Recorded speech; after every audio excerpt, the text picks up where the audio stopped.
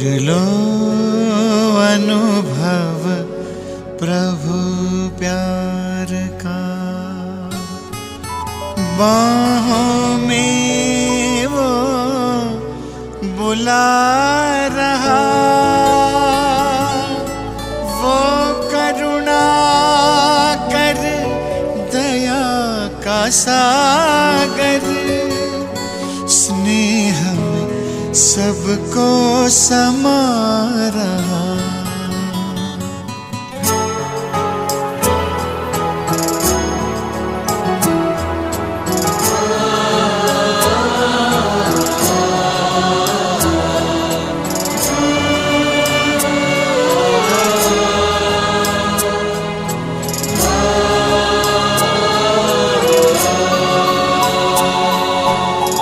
कर लो अनुभव प्रभु प्यार का,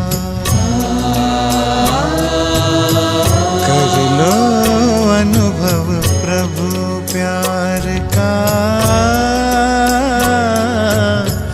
कर लो अनुभव प्रभु प्यार का, बाहों में वो बुला रहा, वो करुणा कर दया का सागर, स्नेह में सबको समा रहा, स्नेह में सबको समा रहा।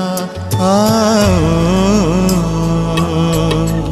प्रभु शरण आओ,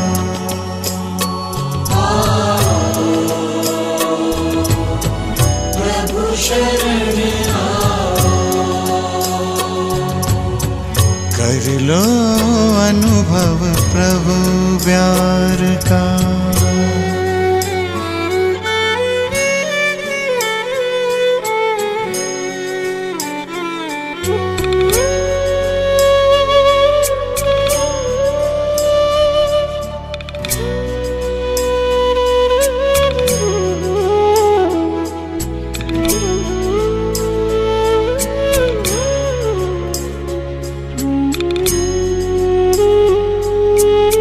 सुबह हुई जब आँख खुली तो कुछ घड़ियाँ कर प्रभु के नाम, सुबह हुई जब आँख खुली तो कुछ घड़ियाँ कर प्रभु के नाम, प्रभु किरण को हृदय में भर लो, कर लो आनंद दिव्य ललाम, प्रभु किरण को हृदय में भर लो, कर लो आनंद दिव्य ललाम, महामिलन की मंगल बेला, महामिलन की मंगल बेला, प्रभु मिलन जग मना रहा, वो करुणा कर दया का सागर, स्नेह में सबको समा रहा, स्नेह में सबको समा रहा। प्रभु शरण आओ,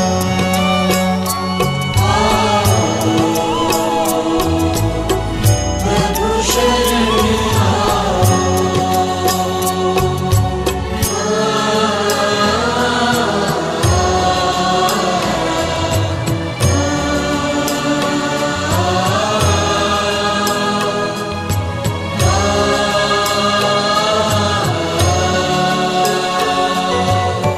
मस्त पवन ये खिला चमन, ये दिन और ये दिन मान मिला, ये तन मन ये जीवन तुझको ईश्वर का वरदान मिला, ईश्वर का वरदान मिला।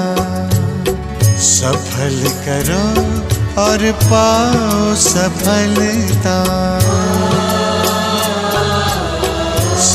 छल करो और पाओ सफलता।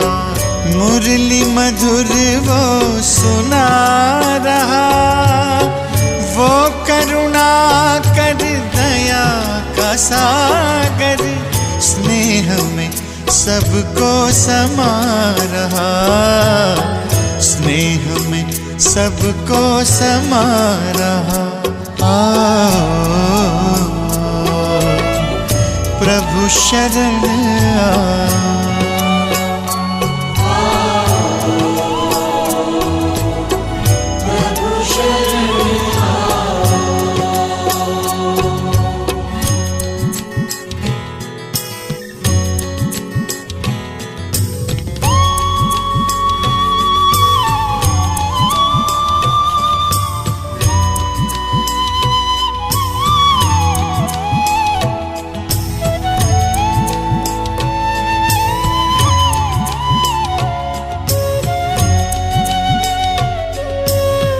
अहो भाव के भरे भाव से पल पल प्रभु गुणगान करो।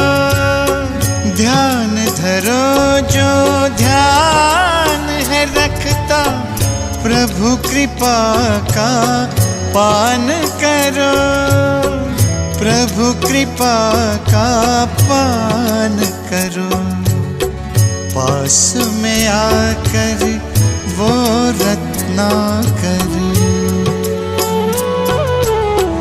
पास में आकर वो रत्नाकर, रतन अनोखे लुटा रहा, वो करुणा कर दया का सागर, स्नेह में सबको समा रहा, स्नेह में सबको समा रहा। प्रभु शरण आओ, प्रभु शरण आओ।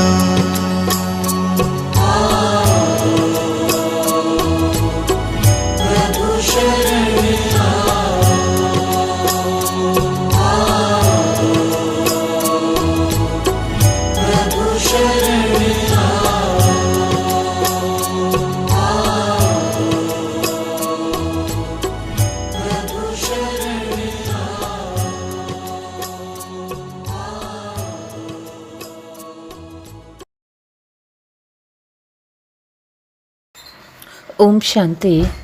మధురమైన పిల్లలారా, దేహీ అభిమానులుగా అయితే వికల్పాలన్నీ సమాప్తమైపోతాయి.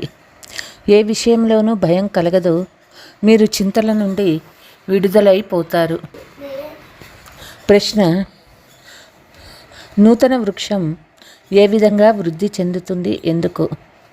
జవాబు: నూతన వృక్షం చాలా నెమ్మదిగా తలపై పేను నడిచిన విధంగా వృద్ధి అవుతుంది.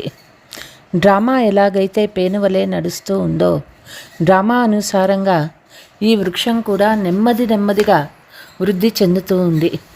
ఎందుకంటే ఇందులో మాయను కూడా ఎంతగానో ఎదుర్కోవలసి ఉంటుంది. ఆత్మాభిమానిగా అవ్వడంలో పిల్లలకు శ్రమ కలుగుతుంది. ఆత్మాభిమానిగా అయితే చాలా సంతోషం ఉంటుంది. సర్వీసులో కూడా వృద్ధి జరుగుతుంది. తండ్రి మరియు వారసత్వాల స్మృతి ఉంటే నావ తీరానికి చేరుకుంటుంది. ఓం శాంతి. ఆత్మీక తండ్రి ఆత్మీక పిల్లలకు అర్థం చేయిస్తూ ఉన్నారు. ఆత్మీక తండ్రి కూడా అకాలమూర్తియే. ఆత్మీక తండ్రి అని పరంపిత పరమాత్మను అంటారు. పిల్లలు మీరు కూడా అకాలమూర్తులే. సిక్కు ధర్మం వారికి కూడా మీరు బాగా అర్థం చేయించవచ్చు.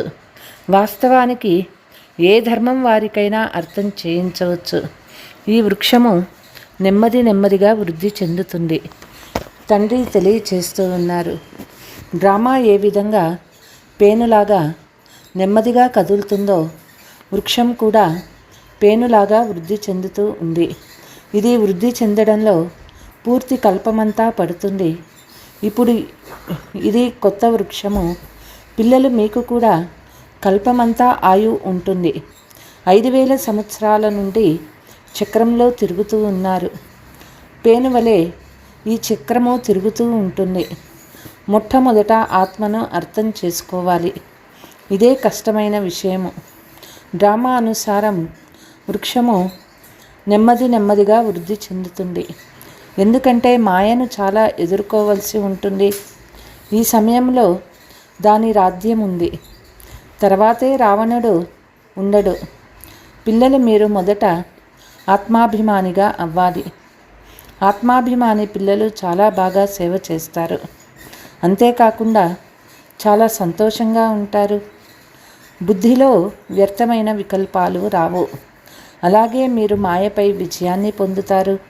తర్వాత ఇక మిమ్మల్ని ఎవరూ కదిలించలేరు. అంగదుని కూడా ఉదాహరణ ఉంది కదా. కాబట్టి మీరు మహావీరులు అనే పేరు ఉంచారు. ఇప్పుడు ఇంకా ఒక్కరు కూడా మహావీరులుగా లేరు. మహావీరులుగా అంతిమంలో అవుతారు. అయితే అది కూడా నెంబర్ వారుగానే బాగా సేవ చేయువారిని మహావీరుల వరుసలో ఉంచుతారు. ఇప్పుడు కేవలం వీరులుగానే ఉన్నారు. అంతిమ సమయంలో మహావీరులుగా అవుతారు. ఏమాత్రమూ సంశయము రాకూడదు. కొంతమంది చాలా అహంకారంలోకి వచ్చేస్తారు. ఎవరిని లెక్క పెట్టరు. ఇందులో చాలా వినయపూర్వకంగా ఇతరులకు అర్థం చేయించవలసి ఉంటుంది. అమృత్సర్లో మీరు సిక్కులకు సేవ చేయవచ్చు. అందరికీ ఒకే సందేశం ఇవ్వాలి. తండ్రిని స్మృతి చేయడం ద్వారా ఆత్మలోని తుప్పు తొలగిపోతుంది. సాహెబ్ను జపించండి అని వారు చెప్తారు. సాహెబ్ మహిమ కూడా ఉన్నది. ఏక్ ఓంకార్ సత్నాం అకాలమూర్త్. ఇప్పుడు అకాలమూర్తి ఎవరు? సద్గురు అకాల్ అని అంటారు. అకాలమూర్తి ఆత్మయే కదా. ఆత్మ ఎప్పుడూ మృత్యువు కబలించలేదు. ఆత్మకు పాత్ర లభించి ఉంటుంది. ఆ పాత్రను తప్పకుండా అభినయించాల్సి ఉంటుంది. దానిని మృత్యువు ఎలా కబలిస్తుంది? శరీరాన్నైతే మృత్యువు కబలిస్తుంది. ఆత్మ అకాలమూర్తి. మీరు సిక్కు ధర్మం వారి వద్దకు వెళ్ళి ఉపన్యాసం చేయవచ్చు. భగవద్గీతను బోధించేవారు ఉపన్యాసించే విధంగా ఉపన్యాసం చేయండి. భక్తి మార్గంలో లెక్కలేనంత సామాగ్రి ఉంది. పిల్లలకి మీకు తెలుసు. జ్ఞానము కొంచెం కూడా లేదు. జ్ఞానసాగర్లు ఒక్క తండ్రి మాత్రమే. మనుషులను జ్ఞానవంతులని అనరు. దేవతలు కూడా మనుషులే కదా. అయితే వారిలో దైవీ గుణాలున్నాయి కనుక వారిని దేవతలని అంటారు. వారికి కూడా తండ్రి నుండే వారసత్వం లభించింది. మీరు కూడా ఈ రాజయోగం ద్వారా విశ్వాధిపతులుగా అవుతూ ఉన్నారు. సద్గురు అకాల్ అని అంటారు. సత్యమైన వారు ఆ తండ్రి ఒక్కరే. వారే పతిత పావనులు. ఇద్దరు తండ్రుల పరిచయాన్ని కూడా ఇవ్వాలి. మీకు ఉపన్యసించేందుకు 2 నిమిషాలు లభించినా ఎక్కువే. 1 నిమిషం 1 సెకండు లభించినా చాలు. కల్ప క్రితం ఎవరికి బాణం తగిలి ఉంటుందో వారికి తగులుతుంది. ఇదేమీ గొప్ప విషయం కాదు. కేవలం సందేశం ఇవ్వాలి. ఉదాహరణకి గురునానక్ వచ్చారనుకోండి. మీరు వాపస్ ఇంటికి వెళ్ళాలి. దాని కొరకు పవిత్రంగా అవ్వండి అనే సందేశాన్ని వారేమీ ఇవ్వరు. తండ్రి తెలియచేస్తూ ఉన్నారు. అపవిత్ర ఆత్మలు పరంధామం నుండి వస్తారు. వారి ధర్మము వృద్ధి చెందుతుంది. ఆత్మలు వస్తూ ఉంటాయి. వాస్తవానికి సద్గతిదాత ఏ మనిషి అవ్వలేడు. సద్గతిదాత ఒక్క తండ్రి మాత్రమే. మనుషులైతే మనుషులే. తర్వాత వీరు ఫలానా ధర్మం వారు అని తెలియజేయబడుతుంది. తండ్రి అర్థం చేయించువారు. మీరు స్వయాన్ని ఆత్మగా భావించండి. పవిత్రంగా అవ్వండి. గురునానక్ చెప్పారు, మురికి పట్టిన వస్త్రాలను శుభ్రం పరిచేవారు. ఈ విషయం కూడా శాస్త్రాలు తయారు చేసేవారు తర్వాత వ్రాశారు. మొదట చాలా తక్కువ మందే ఉంటారు. వారికి కూర్చొని ఏమి వినిపిస్తారు? ఈ జ్ఞానము కూడా తండ్రి మీకు ఇప్పుడే వినిపిస్తారు. తర్వాత శాస్త్రాలు చివర్లో తయారవుతాయి. సత్యయుగంలో శాస్త్రాలు ఉండవు. తండ్రిని స్మృతి చేసినట్లయితే వికర్మలు వినాశమవుతాయని మొదట అర్థం చేయించాలి. వినాశనమైతే జరిగే తీరాలి. సర్వవ్యాపి అని ఎవరిని అంటారు ప్రశ్నించాలి. ఏక్ ఓంకార్ అని ఎవరినైతే మహిమ చేస్తారో వారు తండ్రి అయినారు కదా. వారి పిల్లలైన మనము ఆత్మలం కూడా అకాలమూర్తులమే. ఇది మన భృకుటి సింహాసనము. మనము ఒక సింహాసనాన్ని వదిలి మరొక దానిపై కూర్చొని ఉన్నాము. 84 సింహాసనాలపై కూర్చుంటాము. ఇప్పుడు ఇది పాత ప్రపంచము. ఇక్కడ ఎన్నో గలాటలు ఉన్నాయి. కొత్త ప్రపంచంలో ఈ విషయాలు ఉండవు. అక్కడ ఒకే ధర్మం ఉంటుంది. తండ్రి మీకు విశ్వచక్రవర్తి పదవిని ఇచ్చేస్తారు. మీ పైన ఎవ్వరు దాడి చేయలేరు. ద్వాపర యుగం నుండి తమ తమ ధర్మాన్ని స్థాపించేందుకు ధర్మస్థాపకులు వస్తారు. వారి ధర్మం వృద్ధి చెంది అనగా శక్తివంతమైనప్పుడు యుద్ధం వస్తుంది. ఇస్లాం మతం వారు మొదట చాలా తక్కువ మందే ఉంటారు. మీ ధర్మం ఇక్కడ స్థాపన అవుతుంది.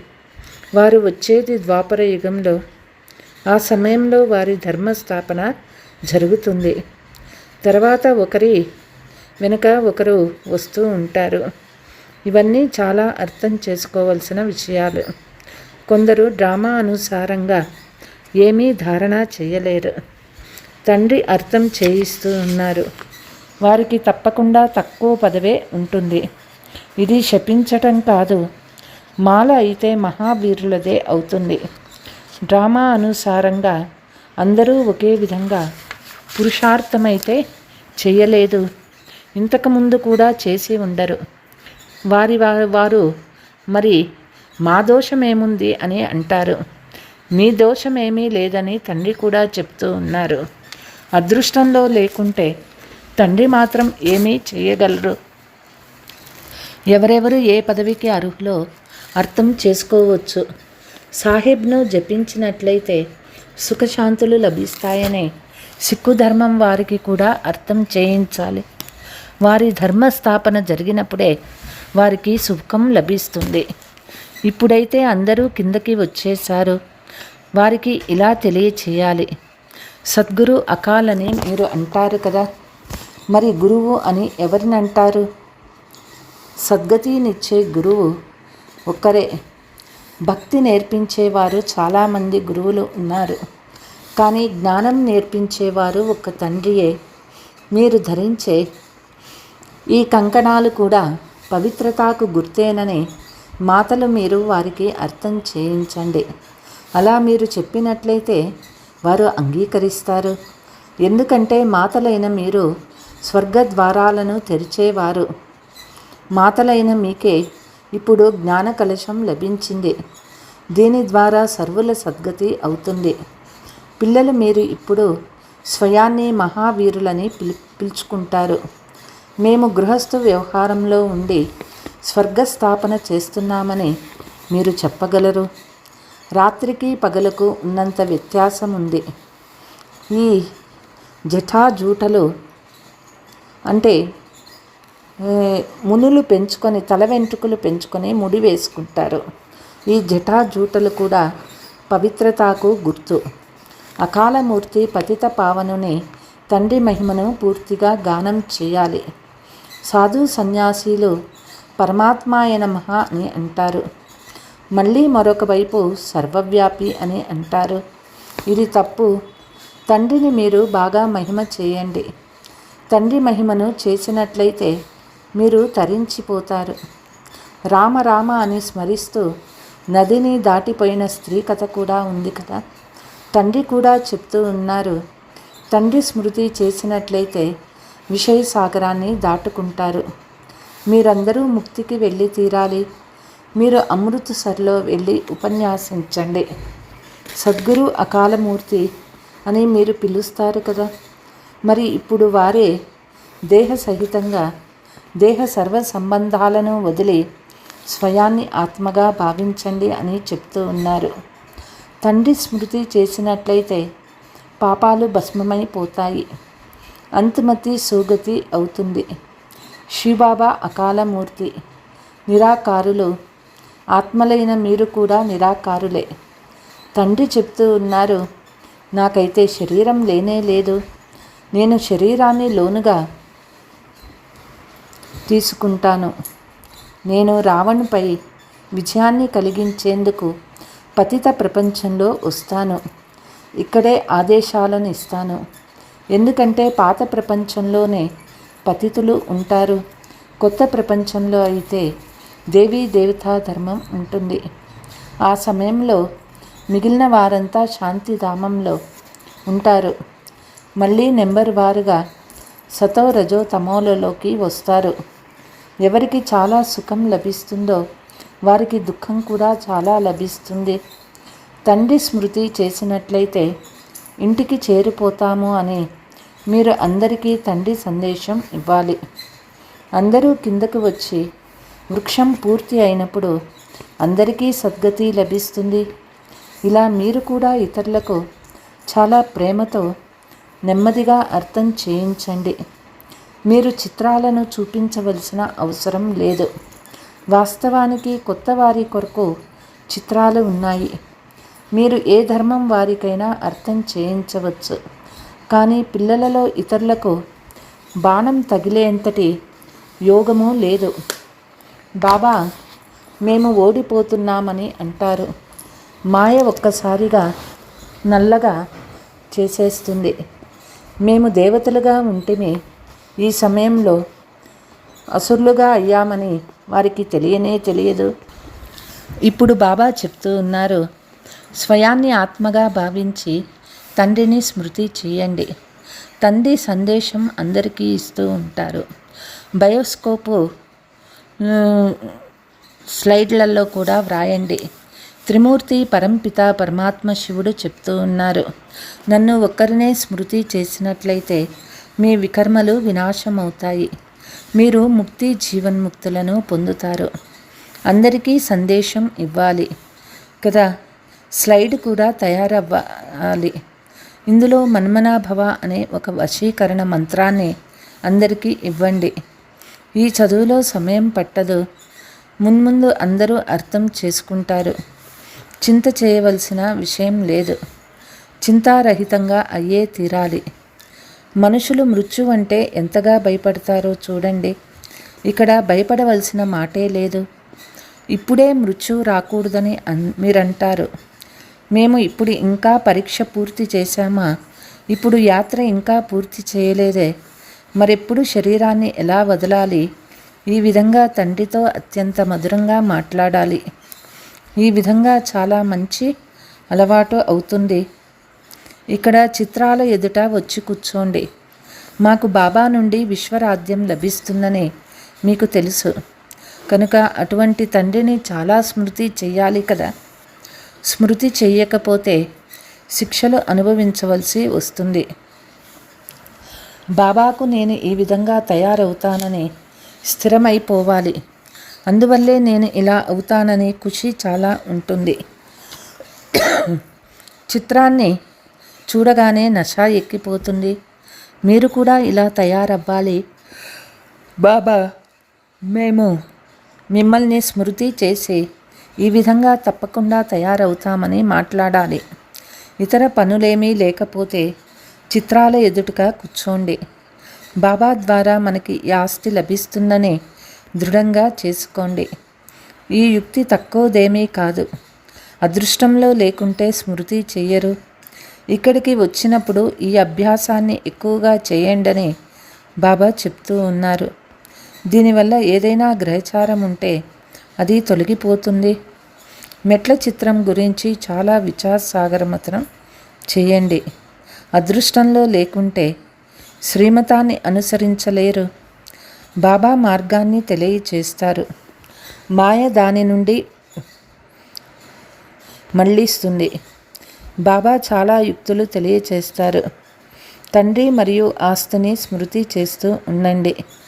అతీంద్రియ సుఖాన్ని గురించి గోపగోపికల్ని అడగండని అంటారు. ఎవరికైతే మేము తండ్రి నుండి తప్పకుండా వారసత్వాన్ని పొందుతామో నిశ్చయం ఉంటుందో అటువంటి వారే గోపగోపికలు. బాబా స్వర్గస్థాపన చేసి దానికి మనల్ని అధిపతులుగా తయారు చేస్తారు. చిత్రాలు కూడా ఈ విధంగా తయారై ఉన్నాయి. మీరు కూడా రుజువు చేసి బ్రహ్మ విష్ణువులకి ఏమి సంబంధం ఉందో తెలియచేస్తారు. ఇంకెవ్వరికీ తెలియదు. బ్రహ్మ చిత్రాన్ని చూసి వారు తికమక పడతారు. స్థాపన చేయడంలో తప్పకుండా సమయం పడుతుంది. కర్మాతీత స్థితిలో కూడా సమయం పడుతుంది. గడి గడి మర్చిపోతారు. కానీ ఇలా అలవాటు చేసుకోవాలి. నవ విధాల భక్తి చేయువారు కూడా మాకు సాక్షాత్కారం కలగాలని చిత్రాల ఎదుట కూర్చుండిపోతారు. మీరైతే ఇలా తయారవుతారు కనుక మీరే స్మృతి చెయ్యాలి. బ్యాడ్జి కూడా మీ వద్ద ఉన్నది. బాబా తన భక్తి మార్గ ఉదాహరణలు ఇలా తెలుపుతారు. నారాయణ విగ్రహము నాకు చాలా ప్రియంగా ఉండేది అని అంటారు. అదంతా భక్తి మార్గము. ఇప్పుడు తండ్రి చెప్తూ ఉన్నారు, నన్నొక్కరినే స్మృతి చేయండి, ఇంకేమీ చెయ్యకండి. బాబా చెప్తూ ఉన్నారు, నేనైతే వినయ విధేయతలతో కూడిన సేవాధారిని. నాకు మీరు ఎందుకు నమస్కరిస్తారు? अच्छा मीठे मीठे सिकीलते बच्चों प्रति मात पिता बाप दादा का याद प्यार और गुड मॉर्निंग. रूहानी बाप की रूहानी बच्चों को नमस्ते. हम रूहानी बच्चों की रूहानी मात पिता बाप दादा को याद प्यार गुड मॉर्निंग नमस्ते नमस्ते. ధారణ నమ్రతా గుణాన్ని ధారణ చేయాలి. కొద్దిగా కూడా అహంకారంలోకి రాకూడదు. మాయ కదిలించలేని విధంగా మహావీరులుగా అవ్వాలి. అందరికీ మన్మనాభవ అనే వశీకరణ మంత్రాన్ని వినిపించాలి. చాలా ప్రేమతో ధైర్యంగా అందరికీ జ్ఞాన విషయాలను వినిపించాలి. సర్వధర్మాల వారికి తండ్రి సందేశం ఇవ్వాలి. వరదానము కర్మ మరియు సంబంధము రెంటిలో స్వార్థభావం నుండి ముక్తంగా ఉండే బాప్ సమాన్ కర్మాతీత భవ. అందరినీ ముక్తులుగా చేయడమే పిల్లల మీ సేవ. అయితే ఇతరులను ముక్తులుగా చేస్తూ స్వయాన్ని బంధనంలో బంధించుకోరాదు. ఎప్పుడైతే హద్దు యొక్క నాది నాది నుండి ముక్తవుతారో అప్పుడే అవ్యక్త స్థితిని అనుభవం చేయగలుగుతారు. కాబట్టి పిల్లలు లౌకికము మరియు అలౌకికము కర్మ మరియు సంబంధాలు రెంటిలో స్వార్థభావం నుండి ముక్తులుగా ఉంటారో వారే కర్మాతీత స్థితిని అనుభవం చేయగలుగుతారు. కాబట్టి నేను ఎంతవరకు కర్మల బంధనం నుండి ముక్తయ్యాను, వ్యర్థ స్వభావ సంస్కారాలకు వశమగుట నుండి ముక్తనయ్యాను. ఎప్పుడు ఏదైనా పాత సంస్కార స్వభావాలు నన్ను వశీభూతం చేయటం లేదు కదా, ఇది చెకింగ్ చేసుకోండి. స్లోగన్ సమానంగా మరియు సంపూర్ణంగా అవ్వాలంటే స్నేహ సాగరంలో ఇమిడిపోండి. అవ్యక్త సైలెన్స్ ద్వారా డబల్ లైట్ ఫరిస్తా స్థితిని అనుభవం చేయండి. ఇప్పుడు తీవ్ర పురుషార్థం చేసేందుకు నేను డబల్ లైట్ ఫరిస్తాను అనే లక్ష్యం ఉంచుకొని నడుస్తూ తిరుగుతూ ఫరిస్తా స్వరూపం యొక్క అనుభూతిని పెంచుకోండి. లోతైన సైలెన్స్ ద్వారా అశరీరీ స్థితిని అభ్యాసం చేయండి. సెకండ్లో ఎలాంటి సంకల్పాలనైనా సమాప్తం చేయడంలో సంస్కార స్వభావాలలో డబల్ లైట్గా ఉండండి. అచ్చా, ఓం శాంతి.